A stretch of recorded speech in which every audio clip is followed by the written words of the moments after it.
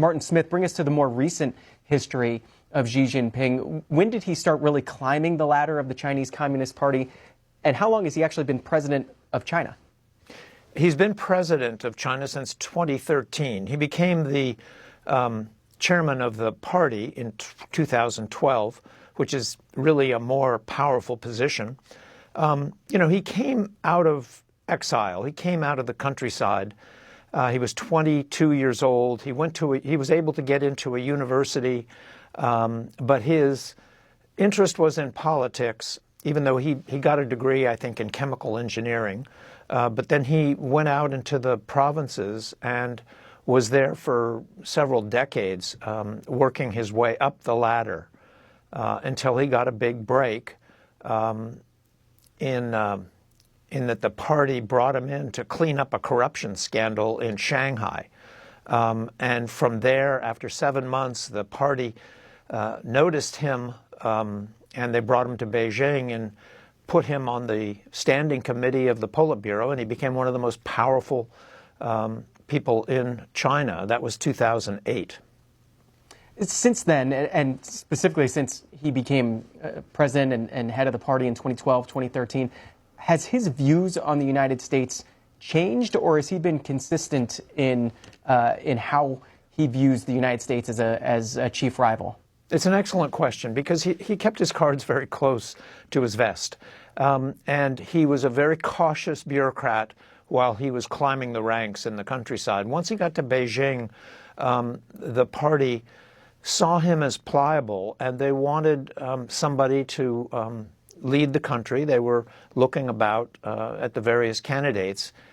They put him in charge of the 2008 Olympics, which was a great success. And he sort of passed the test, if you will.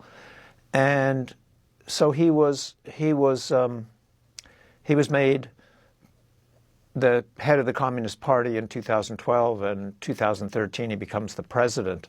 But it wasn't really clear. There were clues. One of the things he did before he became the chief was that he was running the Central Party School. This is sort of an elite academy that trains the communist leaders of the future.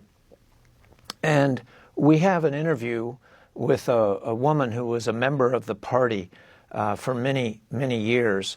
She was a teacher there, and he was the administrator, and she said that he operated something like a mafia boss in terms of the way he talked to teachers, told them what the limits of their teaching. He said, if you want to speak freely, get out of here. And she said that was a harbinger for her of things to come. And indeed, once he took office, he really became a much, people thought he was going to be something of a moderate when he came in, and he wasn't. He became a very tough customer. How long did it take you to make this documentary? How much access did you have to people, to interviews in China, and the people who were willing to talk to you for this documentary? Well, I'm glad you asked. We made every effort possible to engage more voices from China. I traveled to China on a business visa in January of 2024. I arrived, I contracted COVID, I was down for a week, but I was there for a month, and I had many conversations with many various academics, former party officials, all of whom agreed to participate in a documentary. I said, look, I'm going to do a film here, and I'm going to have a lot of American experts, and they're going to criticize China. They're going to criticize Xi Jinping, specifically on human rights, on his expansionist policies in the South China Sea and Hong Kong, his threats against Taiwan. I want you to have a chance.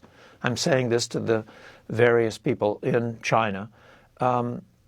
I want you to have a chance and take the opportunity to respond and give your point of view. They all signed up. I had agreements, I had letters inviting me back. I came back to New York and applied formally for a journalist visa, and they sat on the request, and my passport and the application sat in the consulate in New York City for several months. I had several meetings with officials, And, you know, they didn't say no, they just never responded. Finally, after several months, we had to pull the plug on that. I did find a few people that would speak on behalf of China, people, government advisors or others, unofficial spokespeople, who did speak on camera, and I caught them here when they were visiting the U.S. But we were, you know, the restrictions on media in China are severe. International media is heavily restricted, and so they never let me in. But we were determined that we would tell this story, and we did it with U.S. experts, a few China spokespeople, and lots and lots and lots of archival research to find the bits and pieces that we had stitched together to make this film. If you had somehow gotten the opportunity to ask a question of Xi Jinping himself, what would you ask him?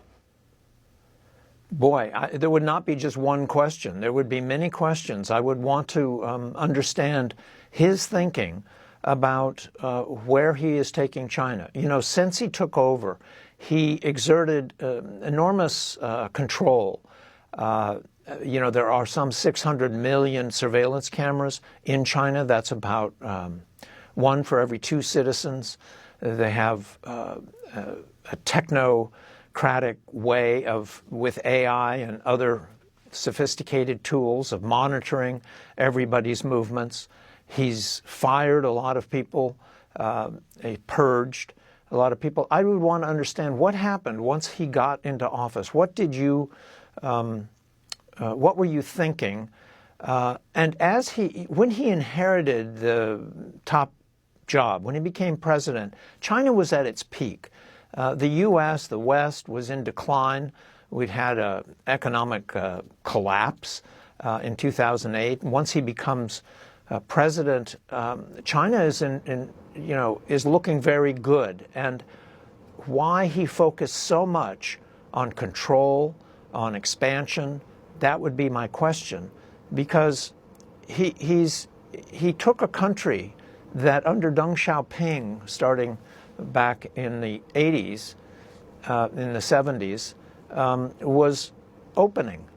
It was called reform and opening, and that was the policy. And there were many decades under several U.S. presidents where the relations were quite warm. Once Xi Jinping comes into office, he turns hostile. I would want to understand more about the roots of that hostility and what it's getting him. If you had to guess, what would you say is Xi Jinping's biggest fear today? I think he's beginning to understand that he can exert control through repression, but that somehow, in order for the economy to grow, you have to have foreign investment. Foreign investment is now fleeing the country. You need to have the markets in the West. You need to have friendly relations if you're going to have China healthy. So I think the problem here is that he's trying to find the balance between sort of a strict control and hostility towards the West with trying to get the economy going again. And he needs foreign investment. He needs trade.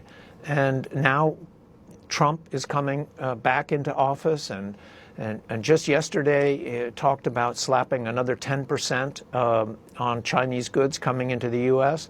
These policies tend to create inflation here in the U.S. because the cost of these goods coming in goes up, and that's passed on to the consumer. You know, Xi Jinping is saying and repeating to Trump, look, nobody's going to win in a trade war, but yet that's the direction we're going. So I think Xi Jinping is really struggling to find how he can open and maintain control. There's a lot of unhappy people, especially the young. There's an unemployment rate up to 25%. I mean, it's not an official figure, but that's the estimate. So you've got a lot of very unhappy young people in China, and they are protesting and paying the price with jail terms, with beatings. But it's not, you know, his China is not invincible.